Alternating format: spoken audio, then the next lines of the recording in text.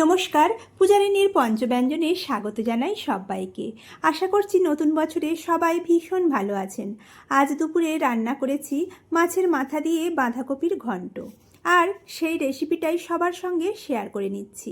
দেখি বলুন তো বন্ধুরা, বাঁধাকপির ঘন্ট আপনাদের মতো সুন্দর হলো কিনা।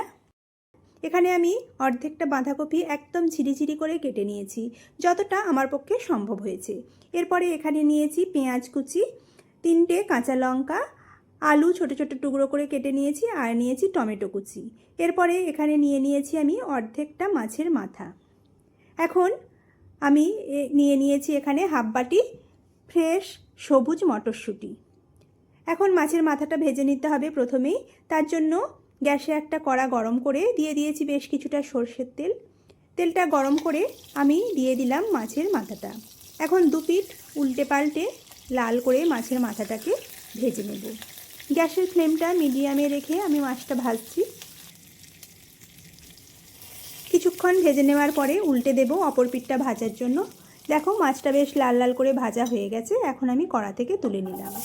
ওই তেলের মধ্যেই আমি কেটে রাখা আলুগুলো লাল লাল করে ভেজে নেব। আলুটা ভাজার সময়ই দিয়ে দেব সামান্য একটু লবণ, এতে করে আলুটা তাড়াতাড়ি নরম হয়ে আসবে। কিছুক্ষণ ভেজে নেওয়ার পরে আলুটাকেও আমি কড়া থেকে তুলে নেব। এখন এই তেলের মধ্যেই ফোড়নে দিয়ে দেব হাফ চামচ গোটা জিরে আর কাঁচা লঙ্কা। ফোড়নটা হালকা ভেজে নিয়ে কুচি করে রাখা পেঁয়াজগুলো দিয়ে দিচ্ছি। এখানে আমি 2টো মিডিয়াম সাইজের পেঁয়াজ নিয়েছি।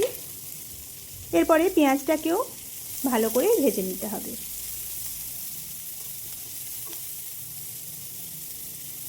অনুষ্ঠান বাড়িতে বা বিয়ে বাড়িতে দুপুরে যে মাছের মাথা দিয়ে ঘন্টটা করে সেটা খেতে কিন্তু খুবই সুন্দর লাগে। আমি সেইভাবেই বানানোর চেষ্টা করেছি। দেখো পেঁয়াজটা বেশ লাল লাল হয়ে ভাজা হয়ে গেছে। এখন দিয়ে দিচ্ছি 1 চামচ আদা আর 1 চামচ রসুনের পেস্ট। সেটাকেও এখন পেঁয়াজের সঙ্গে ভালো করে কষিয়ে নেব, আদা রসুনের কাঁচা গন্ধটা চলে যাওয়া পর্যন্ত। এরপরে দিয়ে দেব 1 চামচ লবণ, 1 চামচ হলুদের গুঁড়ো, 1 চামচ লাল লঙ্কার গুঁড়ো, আর দিয়ে দিচ্ছি কয়েকটা কেটে রাখা টমেটো। দিয়ে আবারও আমি সব কিছুকে খুব ভালো করে কষাতে থাকবো। মশলাটা খুব ভালো করে কষিয়ে নিতে হবে। সামান্য অল্প একটু জল দিয়ে মশলাটা আমি কষাচ্ছি, যাতে মশলাটা পুড়ে না যায়, অথচ ভালো করে কষানো হয়।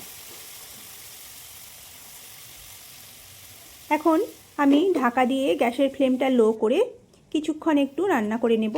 এরপরে টমেটোটাও বেশ নরম হয়ে যাবে আর মশলাটাও ভালো করে কষানো হয়ে আসবে। এখন দিয়ে দিচ্ছি মাছের মাথাটা, ভেজে রাখা মাছের মাথাটা দিয়ে একটু যে কোনো কিছুর সাহায্যে, হাতা বা খুন্তির সাহায্যে একটু ভেঙে দিতে হবে। দেখো এইভাবে করে ভেঙে দিলাম। এরপরে দিয়ে দেব মটরশুঁটি।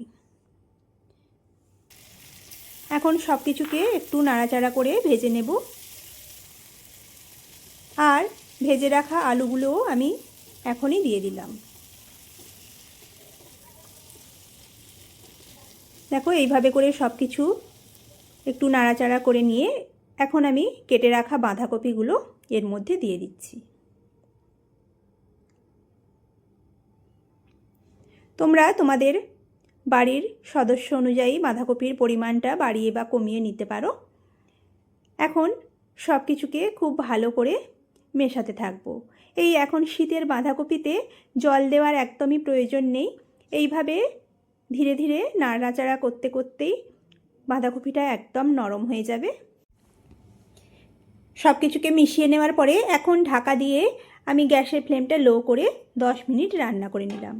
এরপরে ঢাকনাটা খুলে আমি আবারও সব কিছুকে নাড়িয়ে চাড়িয়ে দেব। বাঁধাকপিটা অনেকটাই নরম হয়ে গেছে। সব কিছুকে এইভাবে করে নাড়িয়ে চাড়িয়ে আবারও আমি ঢাকা দিয়ে আরও 5 মিনিট রান্না করে নিচ্ছি। এইভাবে ধীরে ধীরে বাঁধাকপিটাকে ঢাকা দিয়ে দিয়ে সময় নিয়ে রান্না করলে একদমই জল দিতে হবে না, আর বাঁধাকপিটাও খুব সুন্দর সেদ্ধ হয়ে যাবে। দেখো আলু এবার বাঁধাকপি খুব ভালো করে সেদ্ধ হয়ে গেছে। সব কিছুকে একটু খুন্তি দিয়ে দিয়ে এইভাবে একটু ম্যাশ করে দিতে হবে, এতে করে বাঁধাকপির ঘন্টটা বেশ মাখো মাখো হবে। দেখো আমার আজকের বাঁধাকপির ঘন্ট প্রায় রেডি। আমি সবশেষে দিয়ে দিলাম সামান্য অল্প একটু চিনি আর খুবই অল্প গরম মশলার গুঁড়ো। যে কোনো তরকারি বা রেসিপিতে আমরা একটু সামান্য চিনি দিয়ে থাকি। তোমাদের যাদের চিনিটা দিতে অসুবিধা আছে তারা চিনিটা বাদ দিয়ে দেবে। এখন সব কিছুকে ভালো করে আবারও মিশিয়ে নেব। আর বাঁধাকপির ঘন্টটাও একদম আমাদের রেডি। শীতকালে অনুষ্ঠান বাড়ির মতো মাছের মাথা দিয়ে এই রকম বাঁধাকপির ঘন্ট কার না ভালো লাগে। দেখো গরম গরম ভাতের সঙ্গে বাঁধাকপির ঘন্ট আমার একদম রেডি। এখন আমি এটাকে গ্যাসটা অফ করে এটাকে আমি অন্য একটা পাত্রে তুলে নিচ্ছি। আজকের আমার বাঁধাকপির ঘন্ট তোমাদের কার কার ভালো লাগলো অবশ্যই কমেন্ট বক্সে কমেন্ট করে জানিও। আর যদি ভালো লেগে থাকে তাহলে বরাবরের মতো একটা লাইক, কমেন্ট ও শেয়ার করতে ভুলবে না।